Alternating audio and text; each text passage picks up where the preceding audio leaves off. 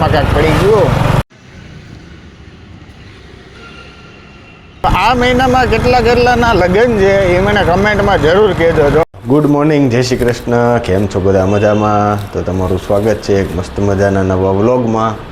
અને આજે મસ્ત મજાની સવાર પડી ગઈ છે, જોઈ લો. બાકી પડી ગઈ છે સવાર. અને 2 દિવસથી તો ઠંડી એટલી ભયંકર થાય છે ને કે વાત પૂછોમાં. એટલી ઠંડી પડે છે ને, અરે મને કાલે આ બધું પેક થઈ ગયું હતું, બધું માથું બાથું બધું પેક થઈ ગયું અંદર. એવી શરદી ભરાઈ ગઈ છે ને, ઠંડી એટલામાં ખૂંચે ને એવી ટાઈટ પડે છે. અહીંથી મારે ઓફિસે જવાનું 8 કિલોમીટર. હા, ભગવાન પાળી જાઉં છું પણ ધીમે ધીમે ધીમે ધીમે ધીમે કરતો પહોંચી જાઉં. તડકો તે એટલો બધો લાગતો નથી પાછો. હાલો હવે જઈએ ઓફિસે. ચાની તૈયારી થઈ છે, ચા થઈ જાય, ચા પીને આપણે નીકળીએ ઓફિસે. હવે ઓફિસે જતાં પહેલાં આપણે ગાંઠિયા બાઠિયા ખાઈ લઈએ શાંતિથી, તો મજા આવે. કારણ કે ભૂખ લાગી હતી ભયંકર. આજે ટિફિન લાવ્યો નથી એટલે મેં કીધું આજે ગાંઠિયા ખાઈ લઈએ. પહેલાં ગાંઠિયા ખાઈ લઈને પછી જઈએ ઓફિસે.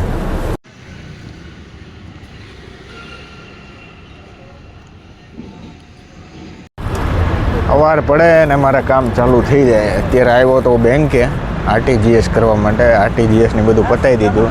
હજી આજે મને લાગે એકલા બેંકના કામ જ આવશે. સિસ્ટમ ફરી ગઈ છે, આખી સિસ્ટમ વિખાઈ ગઈ છે મારી ભયંકર.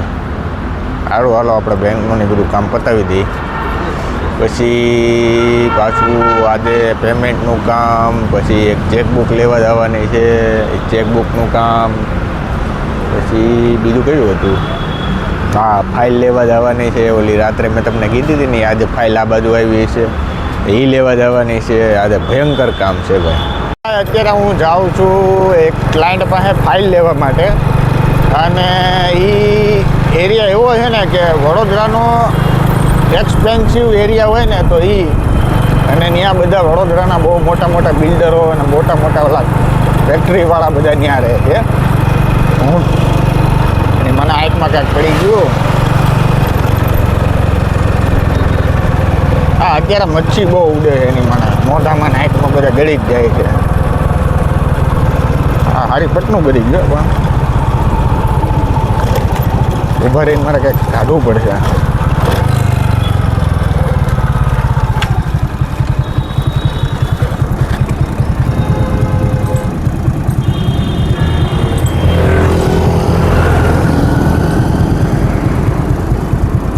મચ્છી હતી.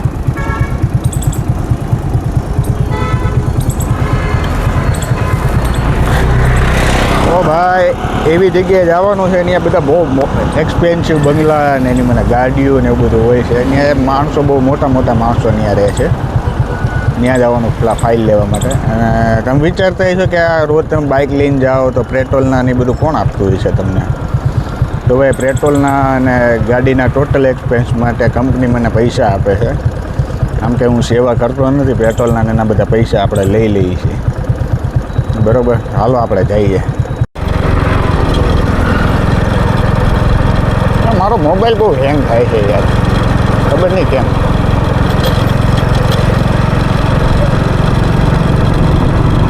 અહીંયા છે ને બધા, આ બધા એરિયામાં કરોડો રૂપિયાના બંગલા છે. તો તમે રોડ જોવો ને,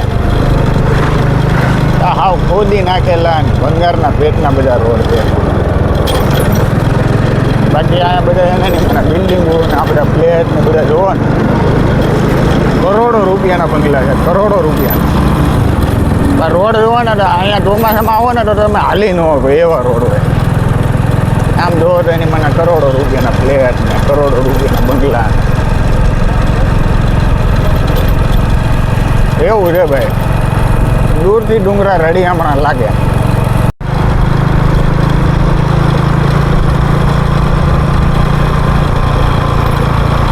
બંગલા છે ને આપણે કરોડો રૂપિયાના, આ બધા બંગલા કરોડો રૂપિયા.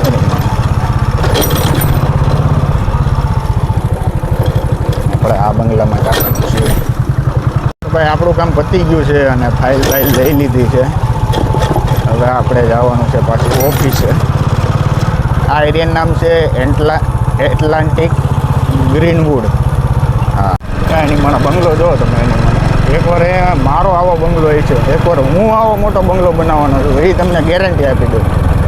જોજો, એટલા મારા બ્લોગ જોવો છો ને એટલા જોજો. એકવાર બંગલો એની મને બનતો હોય છે, એનો વ્લોગ બનાવી.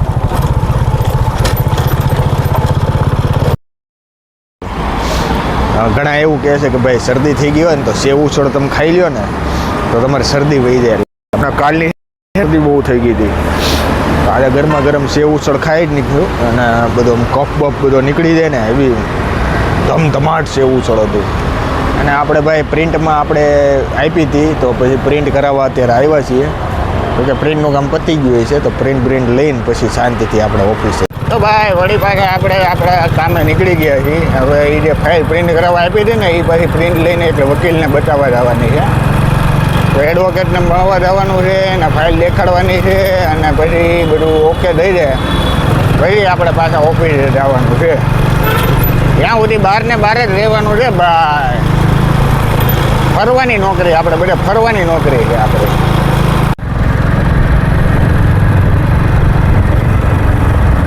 તો ભાઈ લગ્નની સિઝન ચાલુ થઈ ગઈ છે અને પૂર જોશમાં સિઝન ચાલુ છે.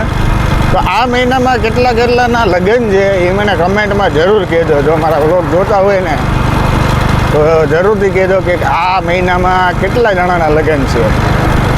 બોલો લ્યો, ડોક્યુમેન્ટ લઈને ગયા હતા એડવોકેટ પાસે. એ કે આમાંથી એકેય ડોક્યુમેન્ટ નહીં હાલે. આ બધા ડોક્યુમેન્ટ મારી પાસે છે. આવો આટલો ડોથો ભરીને મેં પ્રિન્ટ કઢાવી. પ્રિન્ટવાળાના તો પૈસા મારે દેવાના જ તે. એમાંથી એકેય ડોક્યુમેન્ટ નહીં હાલે, બધા એની પાસે છે. અને પાછા બીજા ડોક્યુમેન્ટ આવશે તો પાછું મારે અહીંયા ધક્કો થાય. આ લોકો ક્યાંથી વિચારે છે, હું વિચારે છે. ઓલા મેડમ કે મેં તમને ડોક્યુમેન્ટનું લિસ્ટ આપ્યું, એમાંથી એકેય ડોક્યુમેન્ટ નથી, બીજા ડોક્યુમેન્ટ લઈને આવો છો. એ લોકો શું વિચારે છે મને તો એ નથી સમજાતું.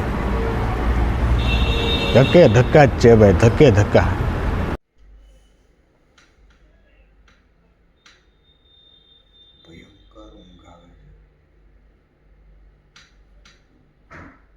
તો ઓફિસમાં બેઠો છું. એવો કંટાળો આવે છે ને કે વાત પૂછોમાં.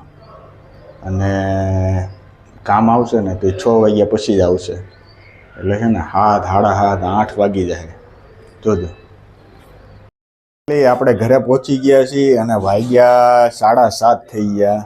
રોજ મોડું થાય છે, રોજ મોડું થાય છે. આજે જ કાંઈ કામે હતું નહીં. સતત હું બેઠો ને બેઠો 7:30 વાગ્યા સુધી 7 વાગ્યા સુધી બેઠો.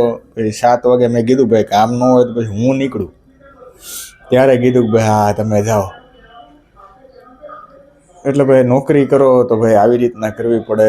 નોકરિયાતનું જીવન આવું જ હોય છે. તો આપણે મળીએ છીએ કાલના સરસ મજાના નવા વ્લોગમાં. ત્યાં સુધી જય શ્રી કૃષ્ણ અને જય માતાજી.